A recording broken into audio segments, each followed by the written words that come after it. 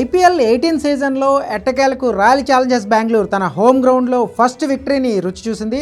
So ఈ సీజన్లో అవే గ్రౌండ్స్లో అద్భుతంగా ఆడుతున్న ఆర్సీబీ వరుసగా 3 మ్యాచ్ల్లో హోమ్ గ్రౌండ్లో ఆడిన 3 మ్యాచ్లు ఓడిపోయింది. కానీ 4వ మ్యాచ్తో ఆ జింక్స్ని బ్రేక్ చేసిందని చెప్పుకోవాలి. ఒక హై స్కోరింగ్ మ్యాచ్ ఈసారి ఫ్యాన్స్కి మంచి కిక్ ఇచ్చింది. ఏదైతే స్టార్టింగ్ టాస్ గెలిచి ఫీల్డింగ్ ఎంచుకున్న రాజస్థాన్ రాయల్స్ ఆర్సీబీ బ్యాటర్ని మాత్రం కంట్రోల్ చేయలేకపోయింది. ఏదైతే ఈ సీజన్లో మంచి ఫామ్లో ఉన్న పడిక్కల్ కానీ, విరాట్ కోహ్లీ కానీ, ఫిల్ సాల్ట్ కానీ మంచి బ్యాటింగ్తో అలరించారు. సో స్టార్టింగ్ నుంచి కూడా అటాకింగ్ బ్యాటింగ్తో భారీ స్కోర్కి ఒక బాట్ అయితే వేశారు. సో 205 పరుగులు చేసింది. పడిక్కల్ అండ్ విరాట్ కోహ్లీ హాఫ్ సెంచరీలతో దుమ్మురేపారు. వీళ్ళిద్దరు పార్ట్నర్షిప్ లాస్ట్ మ్యాచ్లో కూడా మనం చూసాం. సో మరోసారి కీలకమైన పార్ట్నర్షిప్తో ఆకట్టుకున్నారు. ఒక భారీ భాగస్వామ్యాన్ని నెలకొల్పడం ద్వారా ఒక మంచి స్కోర్ అందించారు. సో విరాట్ కోహ్లీ 70 రన్స్, అలాగే పడిక్కల్ 50 రన్స్, చివరిలో టిమ్ డేవిడ్, జితేష్ శర్మ కూడా మెరుపులు మెరిపించడంతో 205 పరుగులు చేసింది. కానీ చిన్నస్వామి స్టేడియంలో ఎప్పుడు కూడా 200+ టార్గెట్ను డిఫెండ్ చేసుకోవడం చాలా కష్టం. సో దీనికి తగ్గట్టే రాజస్థాన్ రాయల్స్ స్టార్టింగ్ నుంచి కూడా ఒక మంచి అటాకింగ్ బ్యాటింగ్తోనే వాళ్ళు కూడా ఒక ధీటుగా స్పందించినట్టు మనకు అర్థమవుతుంది, స్పష్టంగా తెలుస్తుంది. ఏదైతే పవర్ ప్లేలో ఒక 62 రన్స్ పైగా చేశారు. అలాగే ఫస్ట్ 10 ఓవర్స్లో కూడా మ్యాచ్ అంతా కూడా ఏదైతే రాజస్థాన్ చేతిలోనే ఉంది. ఏదైతే జైస్వాల్ అండ్ వైభవ్ సూర్యవంశీ ఈ సీజన్లో తన డెబ్యూ నుంచి కూడా అద్భుతంగా ఆడుతున్న వీళ్ళిద్దరూ కూడా మంచి పార్ట్నర్షిప్ నెలకొల్పిన తర్వాత కూడా మిడిల్ ఆర్డర్ బ్యాటర్లో కూడా రాణించడం మనం చూసుకోవచ్చు.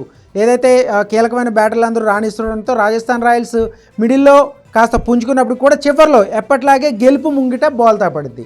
హిట్మైర్ కానీ మిగిలిన బ్యాటర్లు కానీ కీలకమైన సమయంలో అవుట్ అవ్వడం ఇక్కడ దెబ్బేసిందని చెప్పాలి. ముఖ్యంగా కృణాల్ పాండ్యా ఆర్సీబీ స్పిన్నర్గా అంటే తను బ్యాట్తో పెద్దగా ఆకట్టుకోలేకపోయినప్పటికీ కూడా స్పిన్ బౌలింగ్తో కీలకమైన సమయంలో వికెట్లు తీస్తూ ఆర్సీబీ విజయాల్లో కీలక పాత్ర పోషిస్తున్నాడు.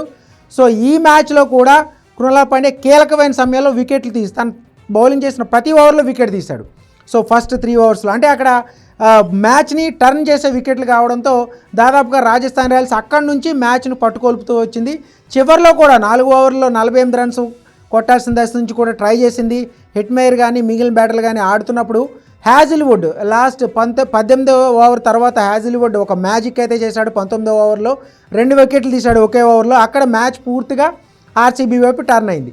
అంటే అభిమానులు ఆశించినట్టే 2 వైపులా కూడా మ్యాచ్ టర్న్ అవుతూ ఒక ఉత్కంఠభరితమైన ముగింపును దిశగా సాగుతున్న అనిపించినప్పటికీ కూడా చివరిలో హ్యాజిల్వుడ్ చేసిన మ్యాజిక్తో, ఎందుకంటే ఇంటర్నేషనల్ తన ఎక్స్పీరియన్స్ ఖచ్చితంగా ఇక్కడ ఆర్సీబీకి చాలా మేలు చేసిందని చెప్పాలి. At the same time Bhubaneswar అలాగే కొంచెం అద్భుతమైన ఫీల్డింగ్ కూడా ఆర్సీబీ విజయాల్లో కీలక పాత్ర పోషించాయి. మొత్తం మీద రాజస్థాన్ రాయల్స్ని గెలుపు ముంగిట వాళ్ళు చతికిలు పడేలా చేసింది ఏదైనా ఉందంటే అది Hazlewood bowling and Krunal Pandya bowling, అలాగే ఫీల్డింగ్ కూడా.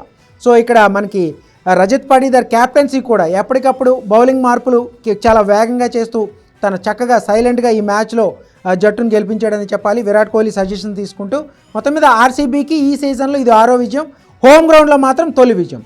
సో ఈ ఓటమితో రాజస్థాన్ రాయల్స్ మరోసారి గెలుపు ముంగిట బోల్తా పడింది. అట్ ది సేమ్ టైం వాళ్ళ ప్లే ఆఫ్ అవకాశాలు దాదాపుగా చేజారిపోయినాయి.